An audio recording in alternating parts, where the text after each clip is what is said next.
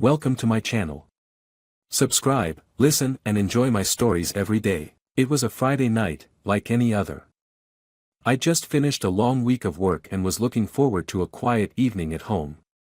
My wife, Claire, had mentioned she'd be out late for a work dinner, something she'd done a few times lately. I didn't think much of it. She was committed to her career, and we both respected each other's independence. But when I stepped onto the porch that night, I saw something odd taped to the front door. A crumpled piece of paper, barely holding on, fluttered as I opened the door. I glanced around the empty street, wondering if some kids were pulling a prank. Still, my curiosity got the better of me. I grabbed the note, unfolded it, and read the messy scrawl of handwriting. "She's with him tonight. Has been for months." I froze. There was a heaviness in those words that I could feel sinking into my bones. For a moment, I considered throwing it out, dismissing it as a prank, or better yet, ignoring it altogether. But that strange pit of unease settled in my stomach. My hand shook slightly as I locked the door behind me, the note crumpled tightly in my fist. I threw it on the kitchen counter, where it sat like some unwelcome guest. Claire's absence that evening suddenly felt colder, and for the first time in years, I found myself scrutinizing the details of her life. Had she changed? Was she more distant? As I moved through the house, everything felt foreign, as if I were visiting someone else's home. Later that night, as I lay in bed, I kept replaying the past few months. The way Claire would smile at her phone during dinner, the late work nights, and, more recently, the new habit of keeping her phone face down on the table. Things I had once brushed off as normal quirks now felt like pieces of a puzzle I hadn't known I was solving. When she finally came home, I pretended to be asleep. I heard her quietly close the door and tiptoe upstairs. She slid into bed beside me, her scent mingling with a faint hint of something unfamiliar, a cologne I didn't recognize. As her breathing settled into the rhythm of sleep, I felt the weight of that note pressing on my chest. By morning, I tried to shake it off. Maybe I was being paranoid. People played pranks, they made up lies for all kinds of reasons.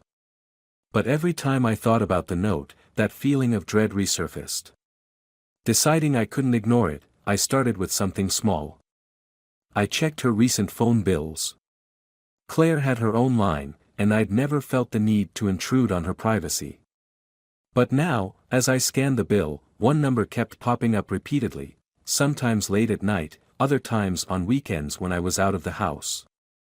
The number was listed under a Virginia area code, one we didn't know anyone from.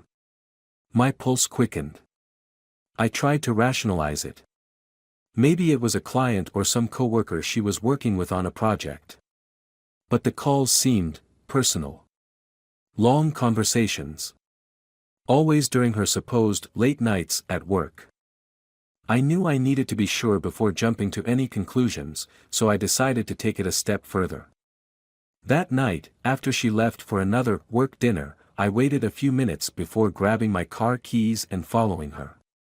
I drove with the headlights off, keeping my distance as she navigated through the familiar streets. She parked at a restaurant, and I watched from across the street as she stepped out and greeted a man I barely recognized from her office holiday party last year, Marcus, one of the younger VPs. They laughed together as they walked inside, her hand resting on his arm in a way that seemed too familiar, too intimate. My heart sank. As I sat in the car, staring at the restaurant's bright lights reflecting off their smiles, I felt my grip tighten around the steering wheel. Part of me wanted to storm in, to confront her right there and demand an explanation. But another part of me, one I barely recognized, told me to wait. To plan. To see this through on my own terms. After an hour, I drove home, my mind racing with questions, hurt, and a growing sense of anger. When Claire returned home later that night, I was back in bed, eyes closed, listening to her quiet movements. She slipped into bed without a word, but I could feel the weight of her presence beside me, every breath filling the silence between us. The next morning, Claire was cheerful, humming as she brewed coffee and chatting about the weather, her work, and the weekend plans. I watched her with a new perspective, every laugh and smile feeling staged, every gesture calculated. I wondered how I hadn't noticed it before, the little lies she layered so expertly into our daily life. As I stirred my coffee, I knew I needed more than suspicion. If I was going to confront her, I needed undeniable proof. I hired a private investigator that afternoon, someone discreet who specialized in situations like this. For the next few weeks, he provided a steady stream of evidence, photos of Claire and Marcus out to dinner, holding hands, disappearing into hotels together. Each report, each photo, was like a dagger to my chest, but they also fueled a cold determination within me. I had loved Claire with all I had. I had trusted her implicitly. And now, faced with the truth of her betrayal, I knew there was no going back. But I wasn't going to let her walk away unscathed. I kept every photo, every piece of evidence, meticulously organized in a folder hidden at the back of my closet. I went through them every night, letting the details harden my resolve. She was lying to me, betraying our vows, and she had no idea I knew. She was still coming home, still smiling, still pretending everything was fine. Then came the day of our wedding anniversary, a day we'd once celebrated with friends and family. I planned a quiet dinner at home, lighting candles and setting the table.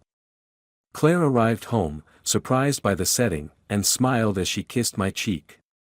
She had no idea what was coming. Over dinner, we talked about the usual things: work, friends, life. She seemed nervous, perhaps sensing a shift in the air. As we finished dessert, I casually reached over to the counter and placed an envelope in front of her. "What's this?" she asked, her voice faltering. "Just a little something I wanted to share with you," I replied, keeping my tone even, almost light. She opened it, her face paling as she took in the contents. Photos of her with Marcus, laughing, holding hands, disappearing into a hotel room together. Her mouth opened, then closed, at a loss for words.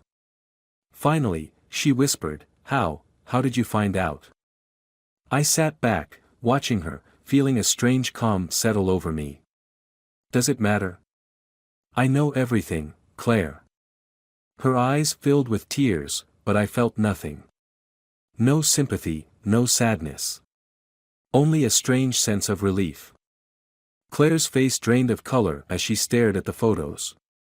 Her hand trembled as she tried to gather up the scattered evidence, as if hiding them would somehow erase the truth of what we both now knew. I watched her, feeling a strange detachment settle over me, as though I were an observer watching a scene unfold from a distance. The woman sitting across from me, the one with the tears welling up in her eyes and her lips parted in shock, she felt like a stranger. How did you find out?" she finally managed to ask, her voice barely above a whisper. "Does it matter?" I replied coolly, leaning back in my chair. I folded my arms, giving her nothing, just the silence and my unyielding gaze. "I know everything." She placed the photos back into the envelope and let out a shaky breath. Her eyes darted around the room as if searching for something, some excuse or explanation. She opened her mouth, but the words died on her tongue, and I watched her as she sank deeper into that desperate silence. I wanted to hear what excuse she'd concoct.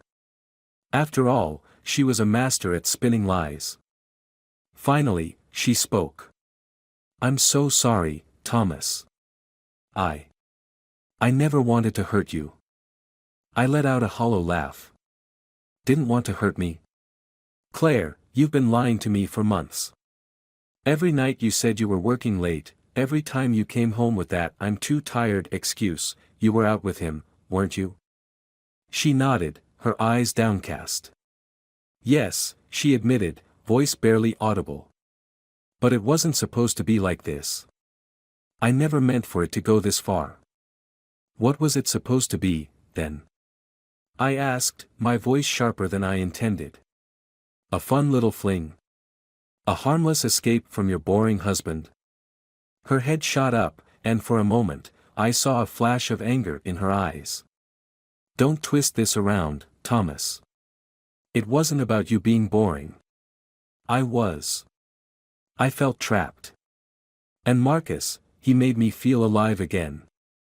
Her words hit me like a slap in the face. Alive? I repeated, my voice laced with disbelief.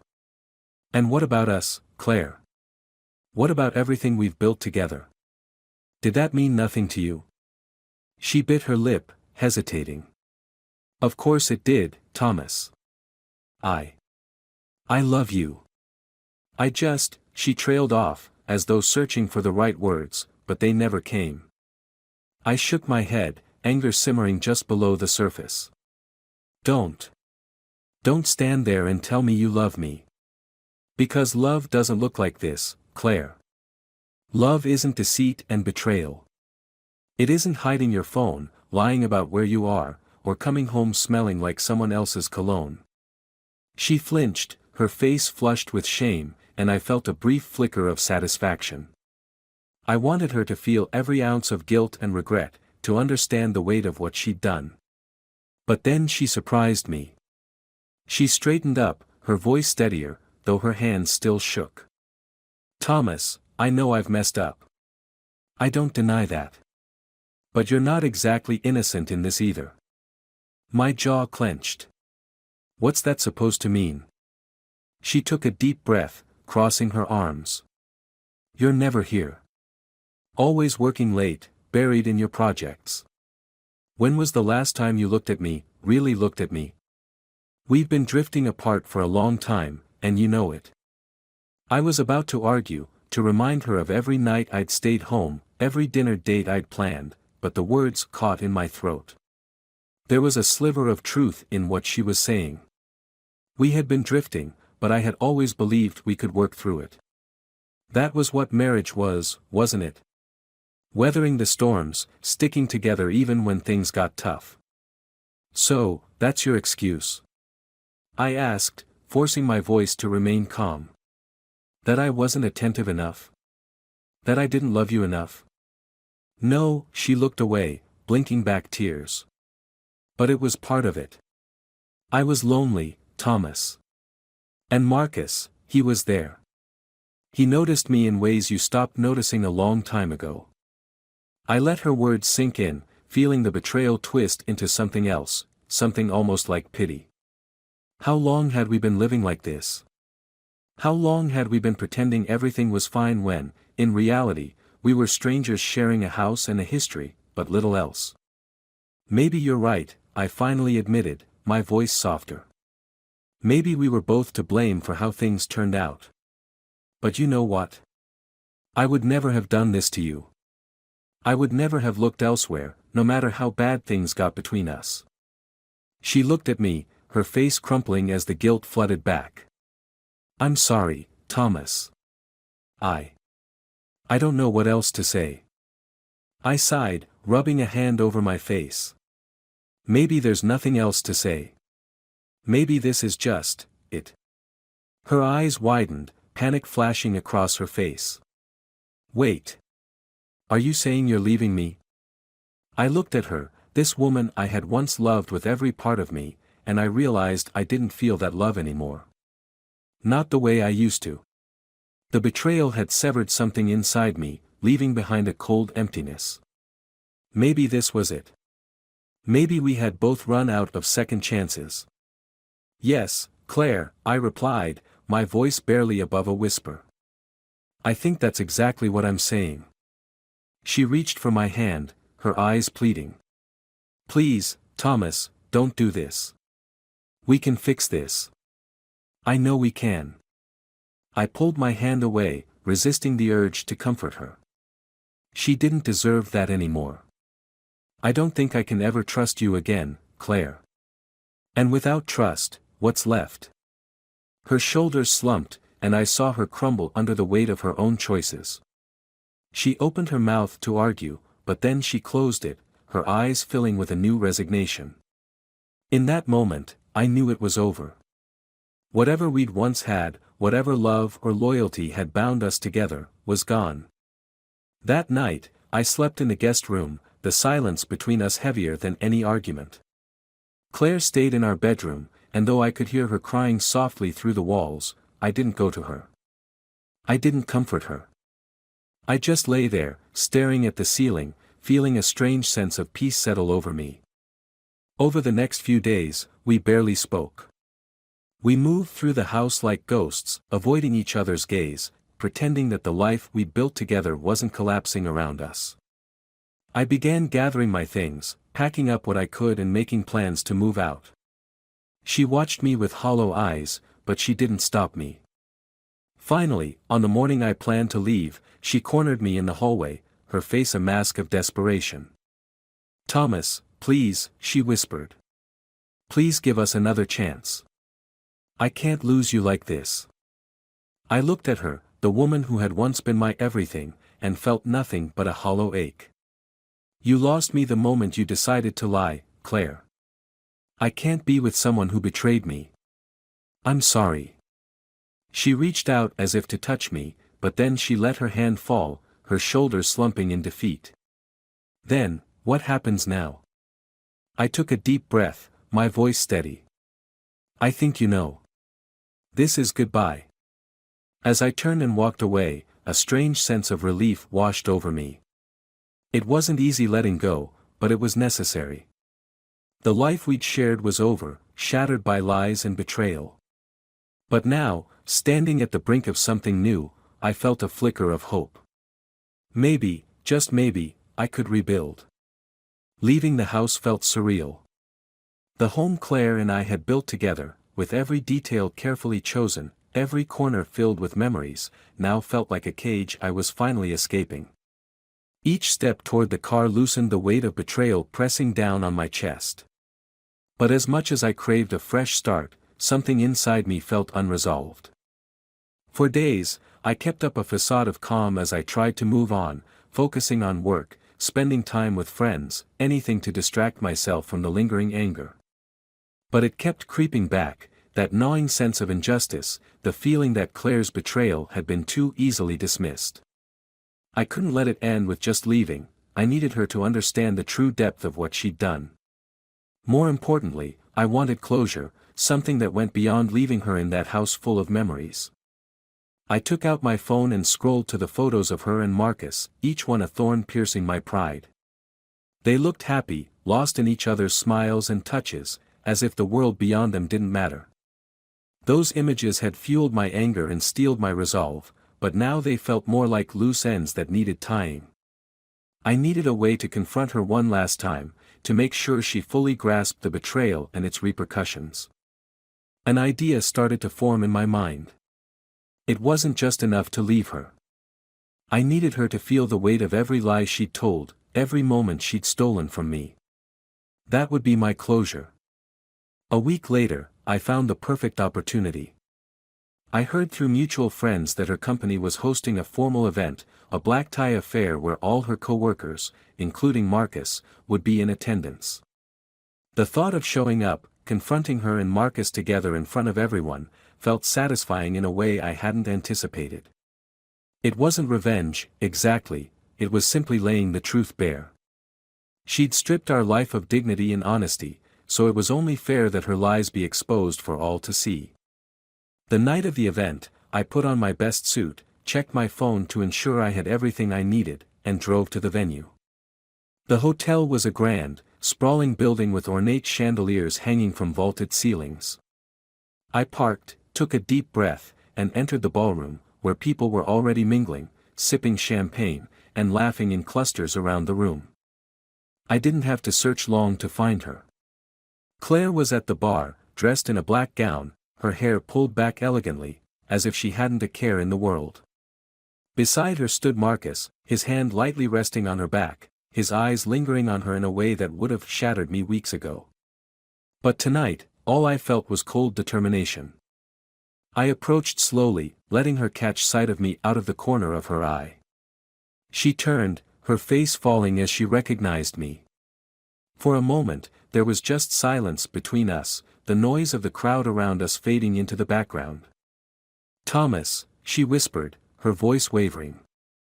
Marcus turned, looking confused, a trace of alarm crossing his face. He clearly hadn't anticipated this reunion. Claire, I said, nodding to her and then looking at Marcus. Marcus, right? He nodded, his expression wary. Yes. Thomas, I didn't expect to see you here. I'm sure you didn't, I replied, allowing a small, sardonic smile. But since I am here, I thought we could have a little chat. Claire's face paled. Thomas, please, not here, she pleaded, her voice a strained whisper. I ignored her, keeping my eyes fixed on Marcus. So, Marcus, tell me, do you always make it a point to get involved with married women, or was this a first? Marcus' face reddened, and he glanced nervously around. People nearby were starting to notice the tension, eyes flicking our way with curiosity. He cleared his throat, attempting to keep his voice steady.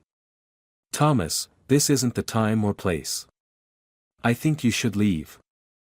Actually, I think this is the perfect time and place, I countered, keeping my voice calm but loud enough to attract attention. After all, I wouldn't want anyone here to be under the illusion that the man Claire's with tonight is someone respectable.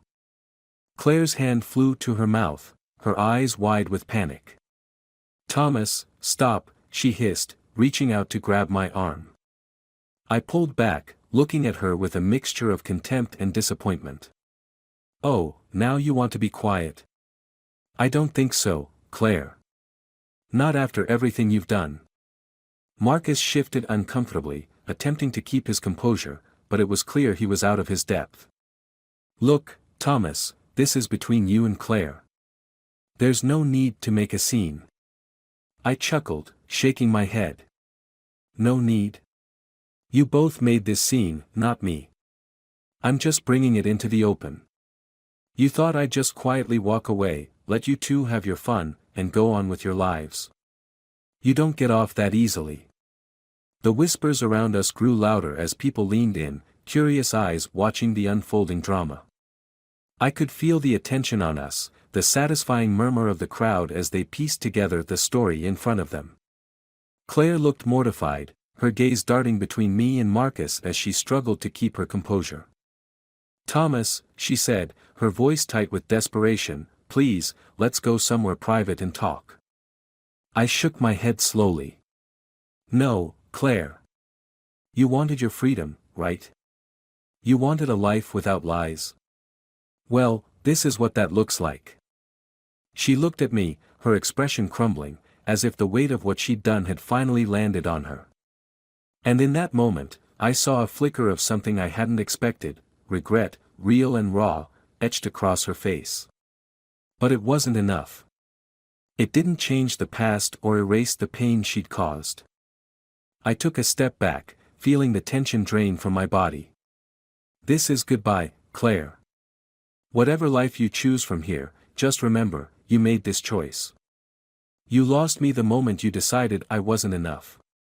Without waiting for a response, I turned and walked out of the ballroom, leaving behind the shattered remains of a life that was once mine.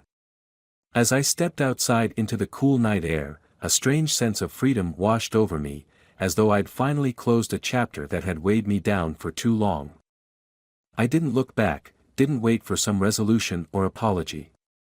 I had given her every chance to do right by me, and she had chosen a path that excluded me from her life. Now, I would choose my own path, one free of lies and betrayal. As I drove home that night, a calmness settled over me, an understanding that I was finally done with her. There would be no more questions, no more lingering doubts. She had shown me exactly who she was, and I had walked away with the dignity she had tried to strip from me. For the first time in weeks, I felt whole again. After leaving the hotel, I drove aimlessly through the quiet streets, the satisfaction of confrontation fading fast, replaced by an emptiness I hadn't anticipated. The city lights blurred past me, and though I had imagined this night as one of finality and closure, I felt strangely hollow, as if by severing myself from Claire, I'd cut out a piece of myself, too. I finally pulled over in front of a small park we used to walk through on cool autumn evenings. Claire and I had spent hours here in the early days, when love had seemed effortless, simple. I sat in the car for a long time, staring at the bench we'd once carved our initials into, feeling the weight of nostalgia bear down on me. In the sudden, overwhelming quiet of the car, I wondered if I had truly gained anything from what had happened that night. Closure, perhaps, but it didn't feel like peace.